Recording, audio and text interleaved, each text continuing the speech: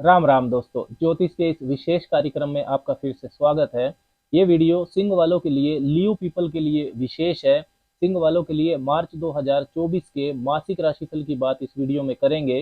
लियो monthly predictions मार्च 2024 गोचर में मार्च के महीने में जो ग्रहों के परिवर्तन होंगे उनका जो आपके जीवन के विभिन्न पहलू हैं उस पर क्या प्रभाव पड़ेगा। आपका कैरियर, नौकरी, बिजनेस, आपका निजी जीवन, आर्थिक पक्ष, वैवाहिक जीवन, स्वास्थ्य, भाग्य, इन सब पर उन ग्रहों के परिवर्तन का क्या प्रभाव रहेगा, इसकी विस्तार से चर्चा इस वीडियो में करेंगे।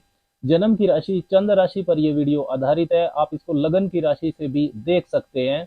सबसे पहले समझते हैं कि सिंह वालों के लिए मार्च के महीने में जो ग्रहों के परिवर्तन है, ग्रहों की जो स्थितियां हैं वो कैसी रहेंगी। तो शनि देव गोचर कर रहे हैं आपके 7वें भाव में, कुंभ राशि में, स्वराशि के। शश नाम का राजयोग उन्होंने बनाया हुआ है। देवगुरु बृहस्पति गोचर कर रहे हैं आपके 9वें भाव में, मेष राशि में, मजबूत स्थिति में। और राहु गोचर कर रहे हैं आपके 8वें भाव में, और केतु गोचर कर रहे हैं आपके दूसरे भाव में, कन्या राशि में। आपकी राशि के स्वामी सूर्य की स्थिति को समझे तो सूर्य 13 तारीख तक शनि के साथ आपके 7वें भाव में रहने वाले हैं, कुंभ राशि में। 13 तारीख के बाद वो अष्टम भाव में प्रवेश कर जाएंगे, मीन राशि में। मंगल की जो स्थिति है, मंगल आपके लिए योग कारक ग्रह हैं, वो छठे भाव में रहेंगे, मकर राशि में, उच्च राशि में 15 मार्च तक। 15 मार्च को मंगल भी राशि परिवर्तन करेंगे और आपके 7वें भाव में, कुंभ राशि में प्रवेश कर जाएंगे। बुध की जो स्थिति है वो 7 मार्च तक रहेगी आपके सप्तम भाव में, कुंभ राशि में, और 7 मार्च से 26 मार्च के बीच में वो रहेंगे आपके अष्टम भाव में, नीच राशि मीन में, राहु के साथ।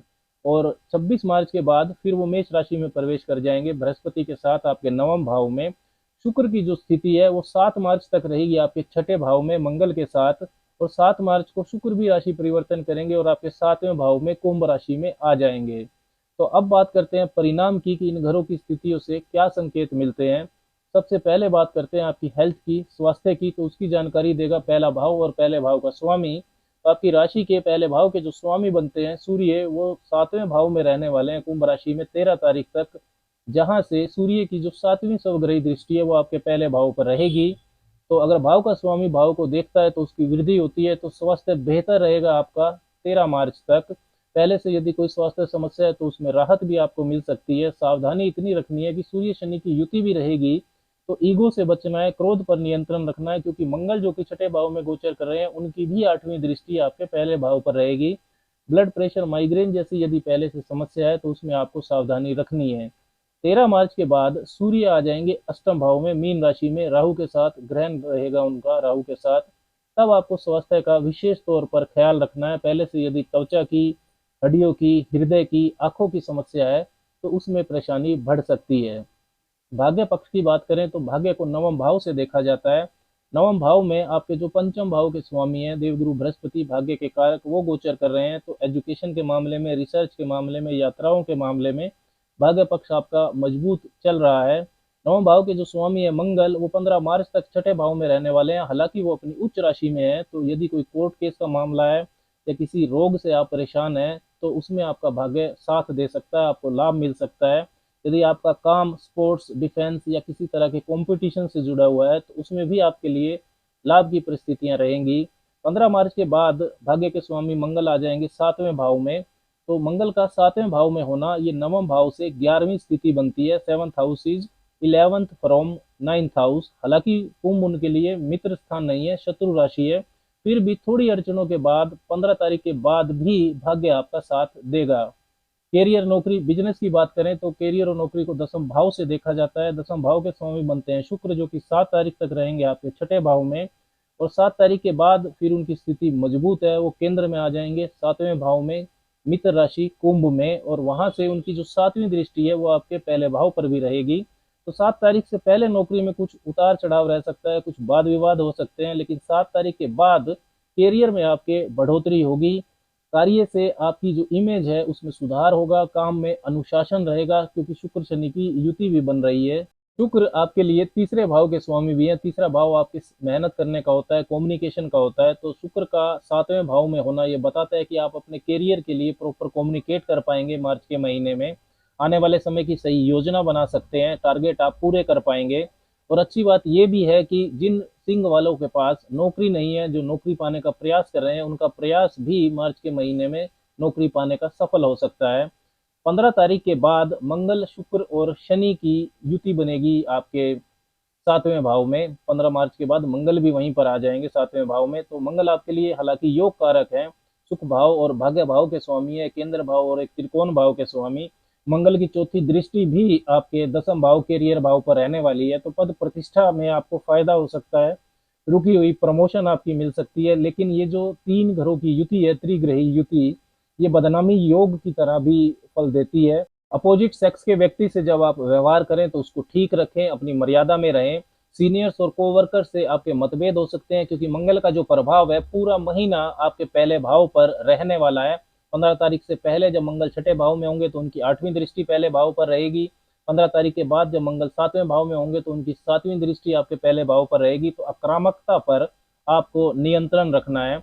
वाणी के व्यापार के भी जो कारक हैं बुध, वो नीच राशि में रहने वाले हैं। 15 तारीख के बाद मंगल की जो 8वीं दृष्टि है वो आपके वाणी भाव पर रहेगी।